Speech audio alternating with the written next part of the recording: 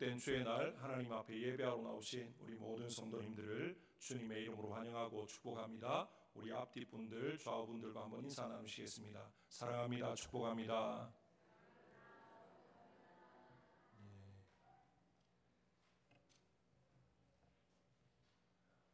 이렇게 함께 모여서 하나님을 예배할 수 있음이 얼마나 감사한 일인지 우리가 늘 기억했으면 좋겠습니다.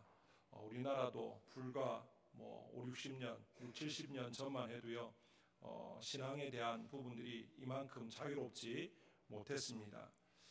일제 치하에서는 예배하는 것 자체가 힘들었고, 또 그 이후 시대에는 또 가정에서 예수 믿는다는 이유로 온갖 박해를 또 핍박을 감수해야 되는 그런 시대도 있지 않았습니까?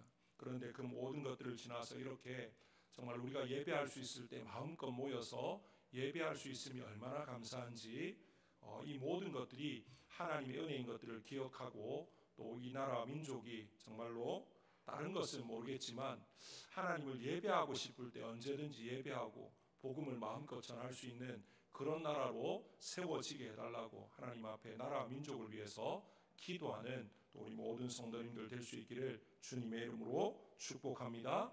오늘 말씀을 통해서 격변하는 세상 속에 성도가 어떻게 살아가야 될지, 무엇을 붙잡아야 될지 함께 살펴보고자 합니다. 몇 주간 계속 스가랴서 말씀을 살펴보고 있는데요, 유다 백성들이 이제 포로에서 70년 포로 생활에서 돌아왔습니다. 그런데 그들의 마음이 참 복잡합니다. 아마 그들 가운데는요, 이런 마음도 있었을 겁니다. 우리만 잘못했는가? 우리만 죄지었는가? 왜 우리만 이렇게 어렵고 힘들지? 그런 생각을 할 수도 있을 겁니다. 아마 지난 세월 가운데 우리 성도님들도 아마 학창시절이나 또는 가정에서 또는 형제들이나 친구들하고 이렇게 장난치고 놀다가 다 같이 장난치고 떠들고 그랬는데 유독 선생님한테 내가 눈에 띄어서 또는 부모님께 내가 눈에 띄어서 다른 형제들은 눈치 빠르게 그냥 안 그런 척 하다가 그냥 혼나지 않았는데 나만 혼나고 이럴 때 어떤 생각이 드십니까? 억울하다. 나만 떠든 거 아닌데, 나만 이렇게 장난치고 나만 이렇게 한 게 아닌데 다른 형제들이나 다른 또 친구들은 눈치 빠르게 요령껏 내가 혼나는 동안 안 그런 척하고 잘 이렇게 있어서 혼나지 않고 나만 이렇게 이제 혼나는 그런 상황이 되게 억울하고, 그렇다고 말을 해도 이 말이 먹혀지지도 않고 이런 경험들을 아마 한두 번 정도 하시지 않았을까 그런 생각이 듭니다.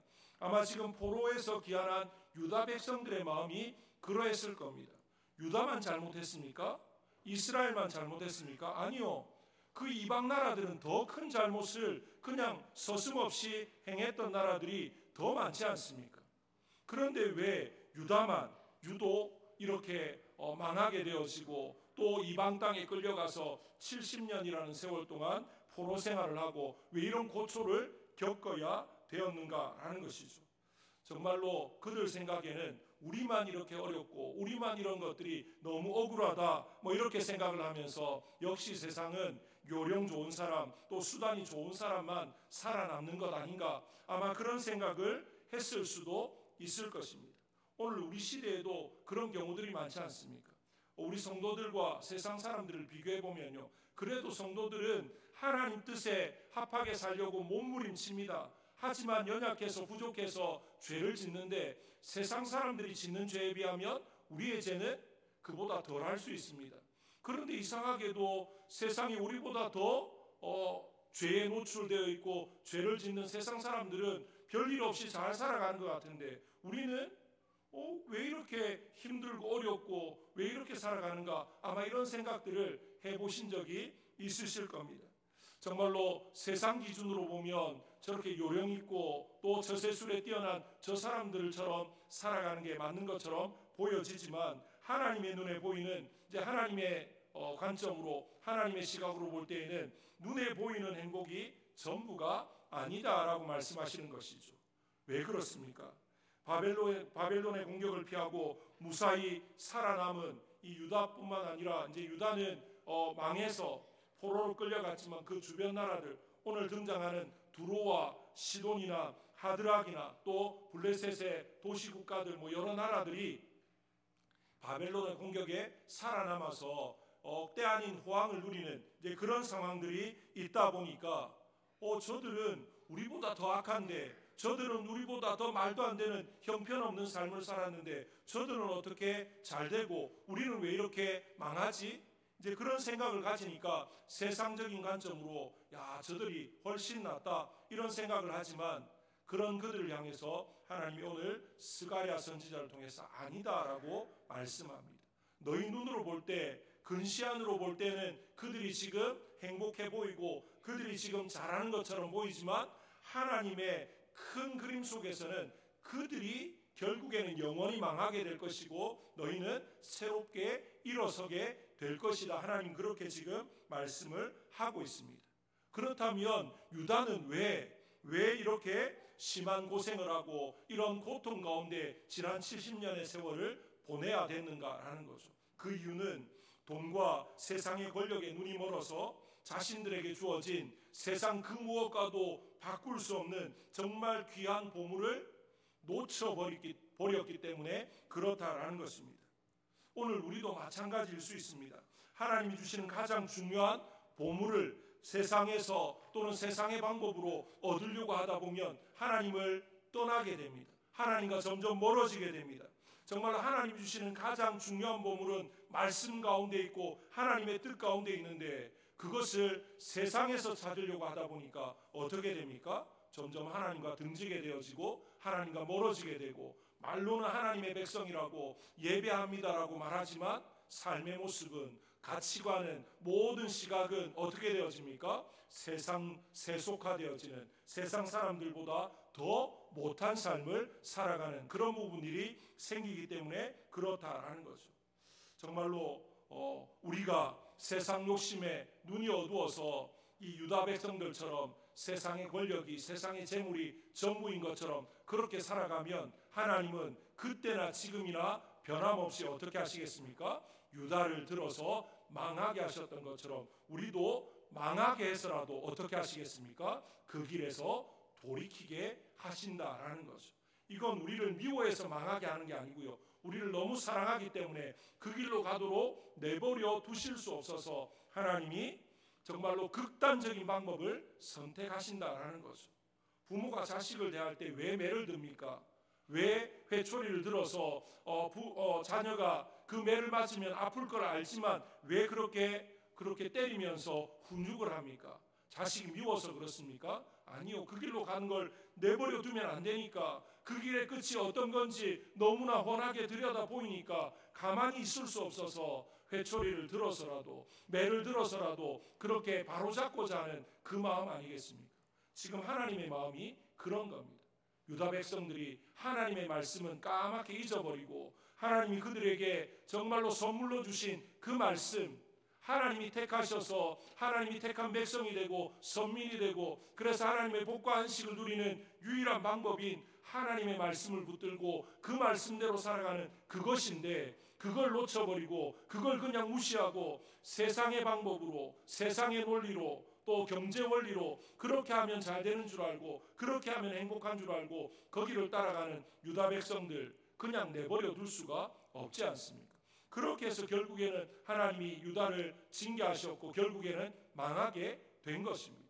그런데 유다 백성들은 70년이라는 포로 생활을 지나서 돌아와 보니까 자신들이 이제 살아가야 될 그 땅은 완전히 폐허더미가 되어서 말로 다 할 수 없는 그런 지경인데, 주변 나라들을 보니까 이전에 자신들이 왕성해질 때, 정말 부강할 때 이름도 없었던 두로나 시돈이나 하드락이나 또 블레셋의 그 도시국가들, 이런 나라들이 지금 완전히 그냥 세상 말로 완전히 이렇게 떠가지고 굉장히 핫한 곳이 되어진 거죠. 그래서 막 유명세를 떨치고 있으니까 그들의 볼 때에는 어떤 느낌이 듭니까? 우리만 지난 70년 고생을 했구나. 우리가 고생할 때 저들은 저렇게 잘 사는 나라가 되었는데, 저렇게 행복한 백성이 되었는데 어쩌면 좋나, 우리는 정말 어떻게 하면 좋은가, 이러고 있는 것이죠. 그런데 오늘 말씀을 통해서 하나님이 스가랴 선지자를 통해서 이 유다 백성들에게 뭐라고 말씀하시냐면요, 그 주변 나라들, 하드락을 비롯한 두로와 시돈과 또 오늘 말씀에 나오는 여러 나라들이 있지 않습니까? 그 나라들이 결코 행복한 게 아니다. 눈에 보이는 게 전부가 아니다라고 지금 말하고 있습니다. 짧은 안목으로 보면 요령 좋고 처세술에 능한 그 사람들이 성공하는 것처럼, 그 나라들이 행복한 것처럼 보여질 수 있습니다. 그런데 하나님 그런 식으로 살아남거나 성공하는 것은 그게 진정으로 또 참된 것이 아니다라고 이야기합니다. 진정한 복은 그런 데 있지 않다라고 말씀을 하고 있습니다. 바벨론이 팔레스타인을 공격했을 때 유다처럼 멸망한 나라가 있는가 하면요, 요령 좋게 살아남아서 때 아닌 호황을 누리는 그런 나라들도 있었습니다. 우리나라에 전쟁이 발발했을 때 가장 덕을 본 나라가 어느 나라입니까? 일본이 군수산업 때문에 굉장한 덕을 보았다는 걸 우리가 알지 않습니까? 우리나라는 전쟁 때문에 막 죽고 다치고 어렵고 힘든 상황인데 그것 때문에 때 아닌 호황을 누리는 일본이 있었던 것처럼 유다가 멸망하고 또 주변의 몇몇 나라가 멸망하는 바벨론에 의해서 짓밟히는 동안에 새롭게 부상하는 여러 나라들이 있었다라는 것입니다. 오늘 9장 1절에 등장하는 하드락이라고 하는 땅도 정확하게 어디에 있는 땅인지 알지 못합니다. 하지만 이 하드락이라는 땅도 이 바벨론 침공 이후에 그 시대 가운데 굉장히 주목받는 그런 지역이 되어졌다라는 것입니다. 이 유다와 예루살렘의 멸망으로 인해서 이전에는 주목받지도 못했고 그 나라가 어디 있는지 그 지역이 뭐 어떤 곳인지도 몰랐던 그런 곳이 하루아침에 그냥 급부상을 해서 주변 나라에 또 그 시대 가운데 굉장히 중요한 지역으로 떠오르는 그런 일들이 있었다라는 거죠. 왜 그렇습니까? 유다와 애굽의 멸망으로 인해서 세계의 중심이 이 페르시아와 유럽으로 옮겨졌기 때문에 그렇다라는 것이죠. 새로운 항구 도시들이 이제 이 무역을 위해서 이제 이렇게 막 뜨다 보니까 이제 중심지가 옮겨지다 보니까 그렇게 되어지는 것입니다. 우리나라도 마찬가지지 않습니까?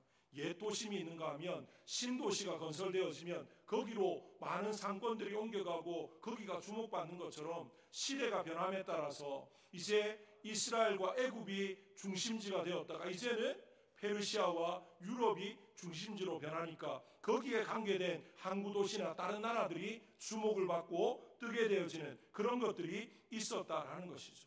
그런데 스가랴 선지자는 바로 그런 도시들에 대해서 이제 하나님이 경고하게 하셔서 경고의 말씀을 전합니다. 그 이유가 무엇이라고 이야기하냐면요, 1절 마지막에 보면 사람들과 이스라엘 모든 지파의 눈이 여호와를 우러러 봄이니라 그렇게 지금 말하고 있습니다.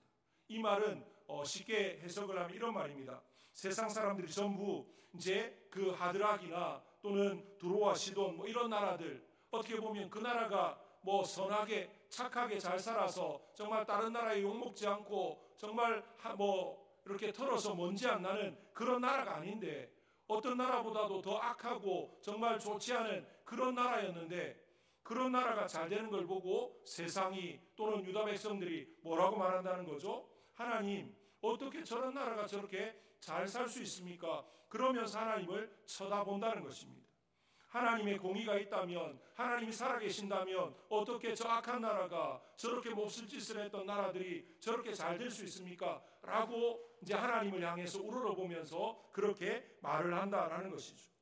그때 하나님께서 어떻게 하신다는 겁니까? 그 나라를 향해서 하나님께서 하나님의 계획대로 공의와 정의를 베푸신다라는 것이죠. 정말로 하나님은 지금 이스라엘 백성들, 이 유다 백성들을 망하게 하신 것이 결코 미워서 망하게 하신 것이 아니라 그들을 돌이키기 위해서, 어디로 돌이키기 위해서입니까? 말씀으로 그들에게 주신 세상 그 무엇과도 바꿀 수 없는 값진 보물인 하나님의 말씀으로 돌이키고 그 말씀이 얼마나 복된지, 얼마나 값진 것인지 다시 한 번 더 깨닫고 그 말씀을 붙잡게 하시려고 이 바벨론을 들어서 망하게 하셨고 또 포로 70년 생활을 통해서 그 하나님을 다시 한 번 더 바라보게 하셨다라는 것입니다.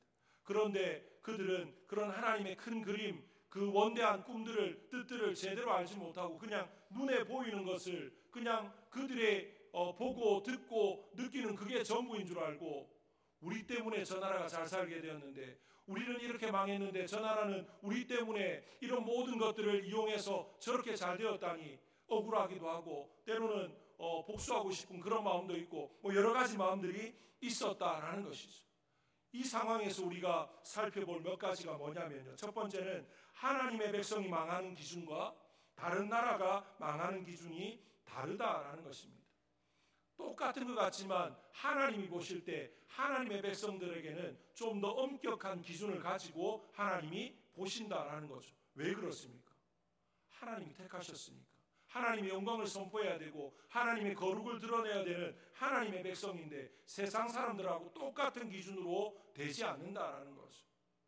그 말은 하나님이 벌하시는 기준도 다르지만 하나님이 복을 주시는 기준도 다르다라는 사실을 우리에게 보여주고 있습니다.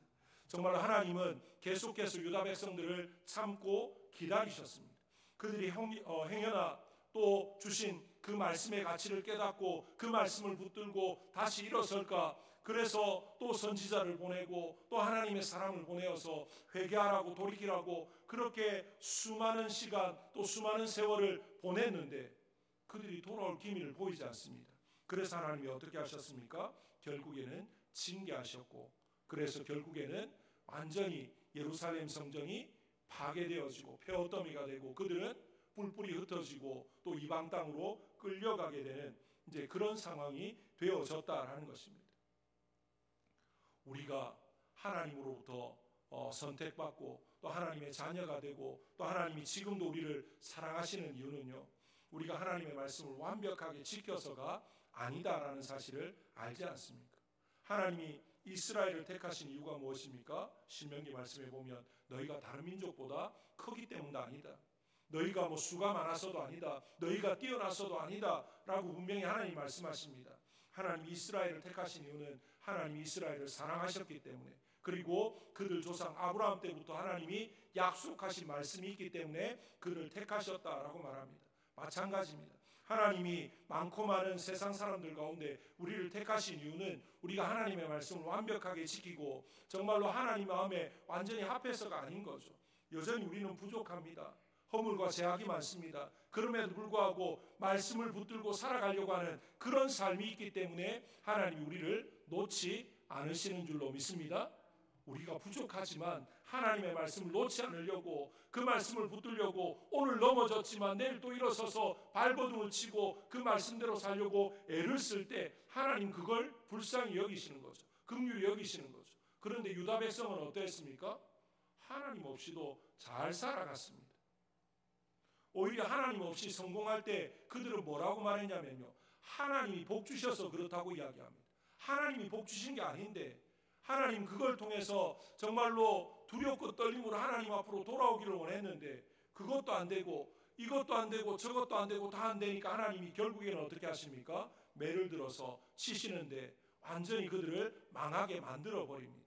그런데 놀라운 것은 하나님이 이스라엘을, 유다를 치신 것은 그냥 죽이기 위해서가 아니고요, 회복하고 치료하기 위해서입니다.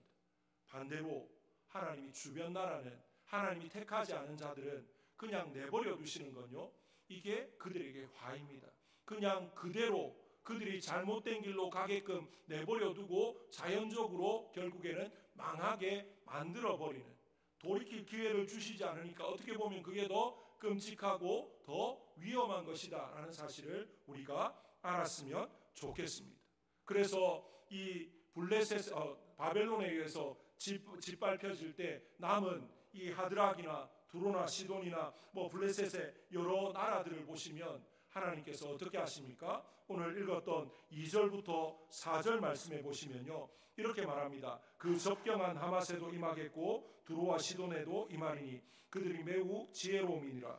두로는 자기를 위하여 요새를 건축하며 은을 티끌같이 금을 거리에 진흙같이 쌓았도다. 주께서 그를 정복하시며 그의 권세를 바다에 쳐넣으시리니 그가 불에 삼켜질지라. 그렇게 말합니다. 그들은 자신들의 어떤 부와 명성을 자랑하면서 요새를 건축하고 은을 티끌같이 금을 또 땅에 있는 진흙같이 그렇게 쌓아서 떵떵거리면서 남부러울 것 없이 그렇게 막 살아가는데 하나님은 뭐라고 이야기합니까? 그들을 바다에 쳐놓고 불에 삼켜지게 만들겠다. 그렇게 지금 경고하고 있습니다. 스가랴 선지자를 통해서 지금 유다 백성들에게 하나님이 뭐라고 말씀하시냐면 너희가 부러워하는 저 시돈, 두로, 하드락, 하맛 주변 여러 나라들 지금 볼 때 굉장한 것 같고 영원할 것 같고 그렇지만 하나님이 곧 심판하시면 그냥 물에 삼켜지고 불에 태워져서 흔적도 없이 사라지고 말 것이다. 그렇게 지금 말씀을 하고 있습니다. 정말로 그렇게 되었습니다. 알렉산더 대왕이 나타나서 그에 의해서 이 두로와 시돈도 완전히 짓밟혀지고 이 하맛도 또 여러 나라들 오늘 성경에 언급되어진 그 도시 국가들 전체가 알렉산더에 의해서 완전히 짓밟혀져서 다시는 역사 가운데 이름을 드러내지 못하는 그런 나라가 되어졌던 것을 세상 역사가 우리에게 보여주고 있습니다. 하나님의 때가 다를 뿐입니다. 하나님의 기준이 달랐을 뿐이지 유다가 더 뭔가 죄를 지었고 악해서 그리고는 유다를 하나님이 완전히 망하게 해서 없애버리려고 이 땅 가운데서 흔적도 없이 사라지게 하려고 했다. 그게 아니다라는 거죠. 하나님께서 유다를 시범 케이스로 들어서 매를 치셨는데 유다를 치신 것은 회복을 위해서 치신 거고 그 이후에 또 주변 나라들을 치시는 것은 진짜 말 그대로 멸망시키기 위해서 하셨다라고 하는 것을 우리에게 보여주고 있습니다. 그런데 우리는 그 하나님의 마음을 알지 못하니까 자꾸만 하나님을 어떻게 합니까? 원망합니다. 하나님, 내가 뭘 그래 잘못했습니까? 우리가 뭘 그렇게 잘못했습니까? 저 두로를 보면 시돈을 보면 또 다른 나라를 보면 우리보다 더 악한데요. 하나님을 알지 못하는데요. 저들은 자기 자식을 그 우상에게 드리기 위해서 막 불태워 죽이기도 하고 말도 안 되는 그런 행위들을 막 서스럼 없이 행하는데요. 우리는 거기에 비하면 정말 그냥 그런 대로 봐줄만 하지 않습니까? 그리고 그런 생각들이 막 나오는 거죠. 그런데 하나님은 그런 계획이 아니신 거죠. 하나님이 지금 원하시는 유다 백성들을 향한 하나님의 기준은 그 세상의 기준과 다르다라는 거죠. 하나님이 거룩하신 것처럼 그들도 세상 가운데서 구별되어지고 거룩해야 되는데 하나님의 거룩을 드러내지 못하는 자기 백성들을 가만히 내버려 둘 수 없어서 먼저 징계하셨고 그래서 그들을 치료하고 회복해서 세상 가운데 어떻게 하시려고 하는 겁니까? 다시 일으켜 세우시고 하나님의 역사를 주도해가는 그런 나라가 그런 백성이 되게 하시는 것 그게 하나님의 뜻이다라는 것입니다. 그래서 하나님이 이 주변 나라들에게 행하시는 것 주께서 그를 정복하시며 그의 권세를 바다에 쳐넣으시리니 그가 불에 삼켜질지라 그냥 다 물에 잠기고 불에 태워지고 흔적도 없이 사라지게 만든다라는 것입니다. 반면에 이 포로에서 바벨론에서 돌아온 유다 백성들은 어떻게 됩니까? 유다 백성들은 오늘 말씀해 보면요. 예수 그리스도의 탄생을 준비하는 새로운 나라, 새로운 시대를 준비하는 그런 준비된 백성으로 하나님이 다시 세우신다라는 것을 우리에게 보여주고 있습니다.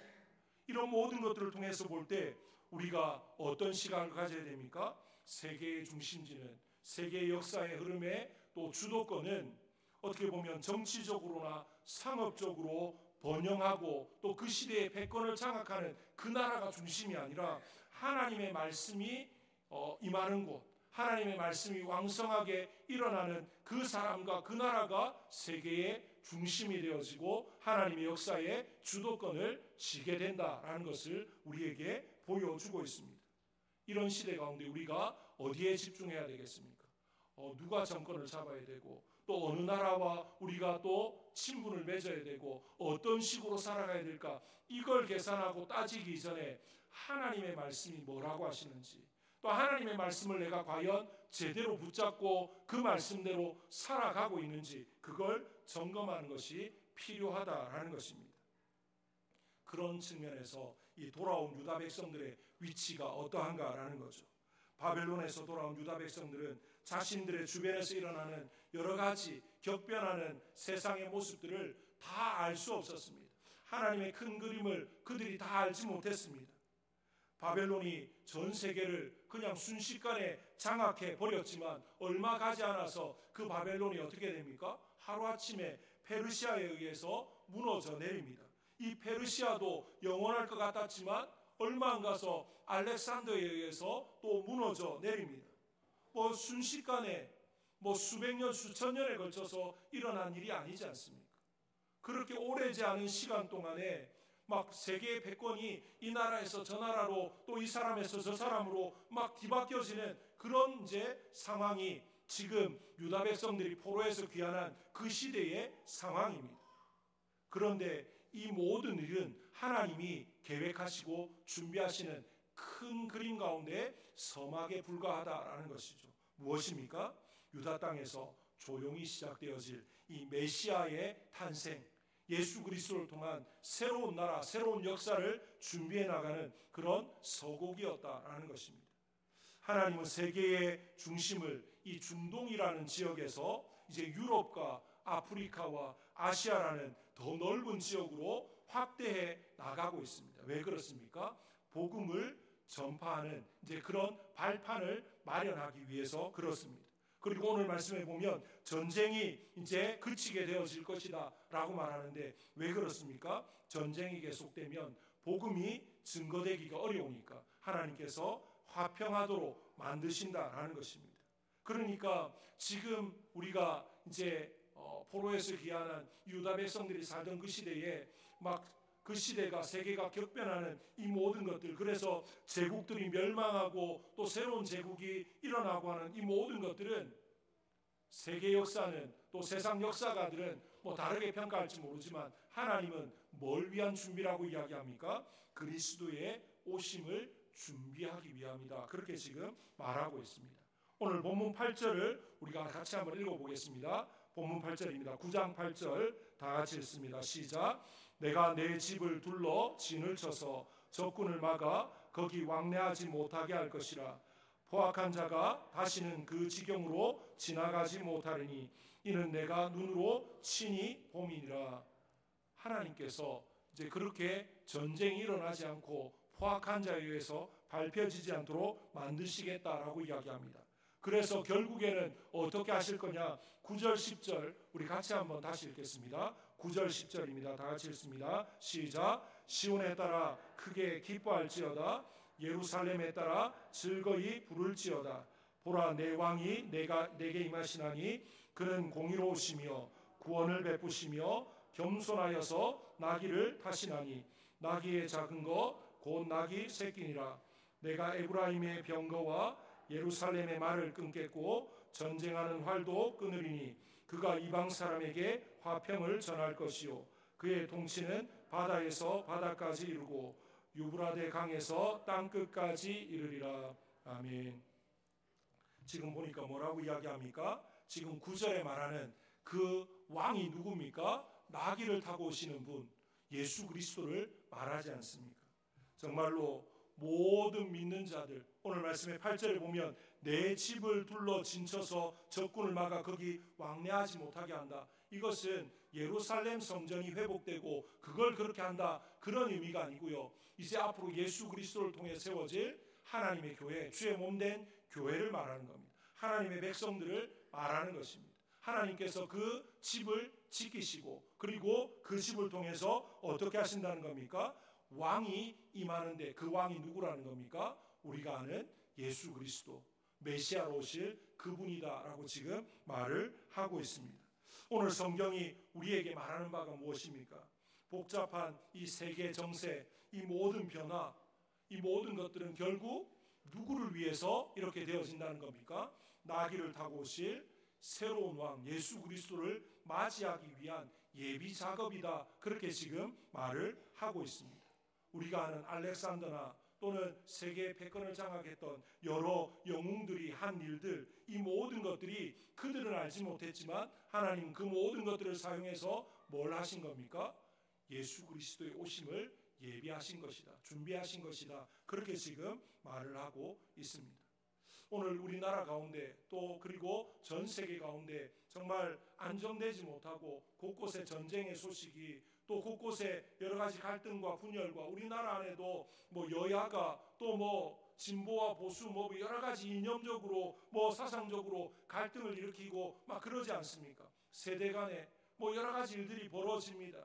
안정되지 못합니다. 이 모든 상황 가운데 누가 대통령으로 세워져야 될 것인지, 또 어디에 주식을 투자해야 잘 될 것인지, 또 환율은 어떨지, 미국과의 관계는 어떨지 눈에 보이는 그런 것들을 파악하는 것도 중요합니다. 그런데 그것보다 더 중요한 것은 이 모든 것 배후에서 역사하시는 그 하나님의 의도가 무엇인가, 하나님이 지금 뭘 말씀하시는가, 하나님이 지금 뭘 위해서 이런 격변하는 시대를 만나게 하셨는가, 그걸 깨닫는 것, 바라보는 것, 그게 더 중요하다라는 것입니다.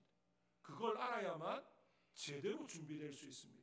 제대로 하나님의 뜻에 부합한 삶을 살아갈 수가 있다라는 것입니다. 정말 하나님의 손에 모든 것이 달려있음을 믿으십니까?